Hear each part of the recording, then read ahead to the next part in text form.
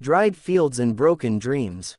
The valley was silent, not the peaceful silence of untouched nature, but the kind that comes from hopelessness, a hush that drapes itself like dust over every tired face and barren farmland.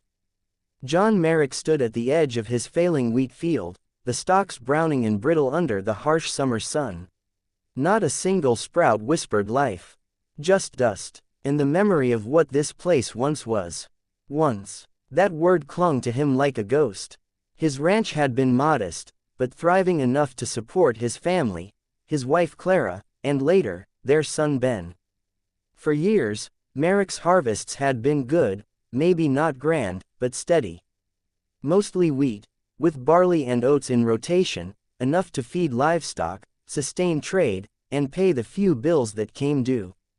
But 2 seasons of drought changed everything.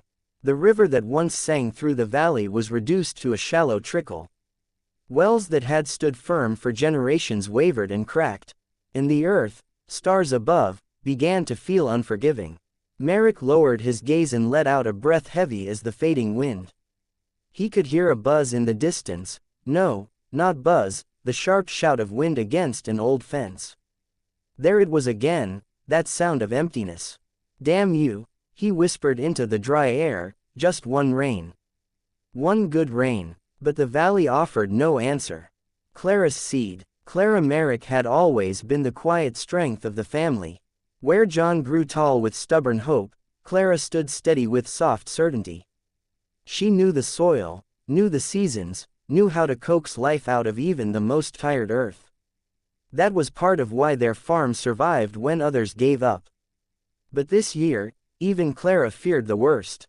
One afternoon, she stood in the kitchen by the fading afternoon light. The table was cluttered with envelopes, bills, notices from the grain merchant, letters from distant relatives asking for help. Her fingers brushed one marked, "Sale of seed inventory, urgent."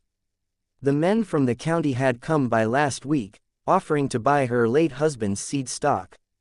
It was good seed, saved for the next planting. Enough to plant at least 20 acres. She had left it on the table. Her husband, Patrick had died the previous winter, taken too soon by an unexpected fever. He had always tended the seed, inspected every bag, cherished each grain like a promise of tomorrow. Clara looked at that envelope and hesitated. Sell the seed, it meant immediate money, but nothing to plant. And without seed, without planting, they were done. But then, she looked at John, weary and worn, and saw the hopelessness in his eyes. She thought about her son Ben, barely 16, dreaming of harvest festivals and fall fairs. The seed wasn't just seed.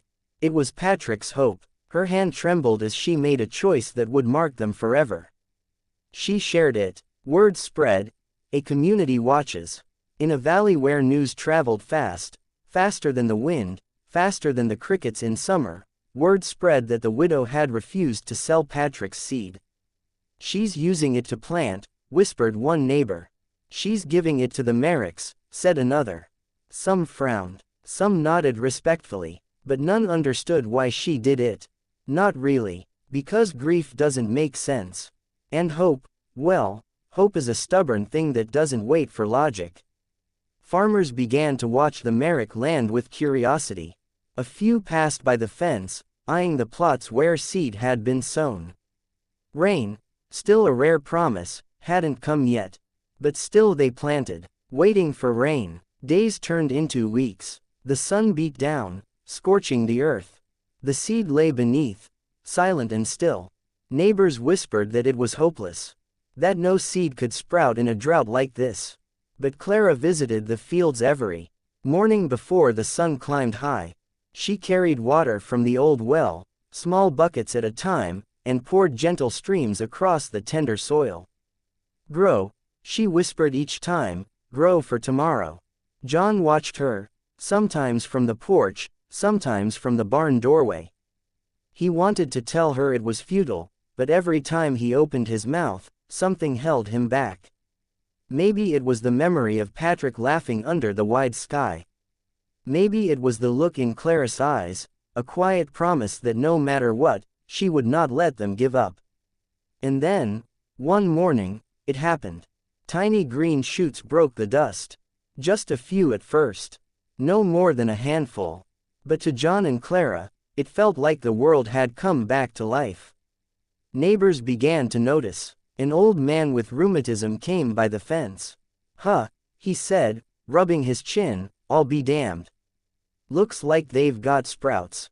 And just like that, word of green life in dry dust spread again, except this time there was hope in the whisper. A burst of life. The shoots grew taller each day. From a few specks of green, soon rows of wheat stood firm. The ground, once cracked and lifeless, seemed to breathe again. Even the birds came back. Sparrows flitted between the stalks, dipping for grains. Crows cawed from the fence posts like mourners turned celebrants. The wind that once carried dust now carried a soft rustling, like applause. Neighbors began to help. Some lent water buckets. Others brought tools for weeding. A few brought fertilizer, a strange and welcome gift in hard times. The Merricks fed Ben's dream of harvest festivals yet again. People said things like, "I didn't think it was possible.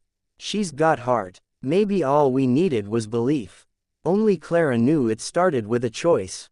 Not to sell, not to trade, but to give. The first harvest. Harvest time came, late, but triumphant.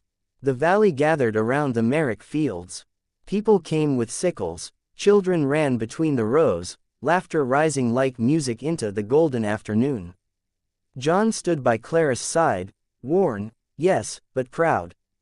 Ben helped bring the bundles of grain to the wagon, beaming with a joy that lifted the spirits of everyone around.